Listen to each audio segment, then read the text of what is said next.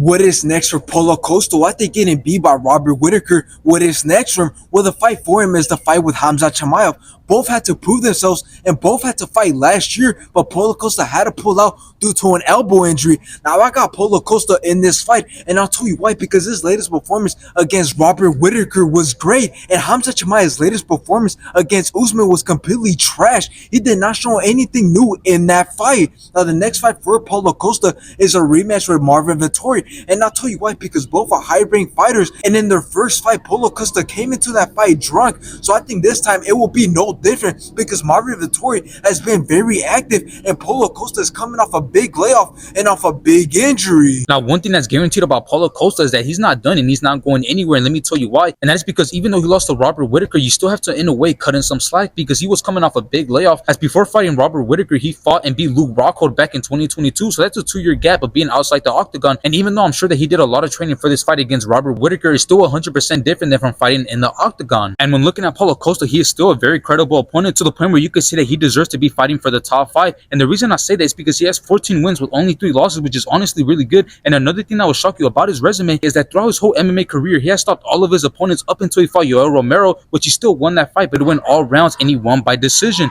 And then after that, obviously, he witnessed his first loss against Israel Adesanya. So he's definitely still a credible and very dangerous opponent for anybody in the top 10. So in the end, out of all these fights, I want to see Paulo Costa fight number 11 ranked Hamza Chimaev, which yes, it doesn't make any sense. And yes, it's a risk when looking at it from the ranks, but the hype and beef is definitely there to make this fight happen.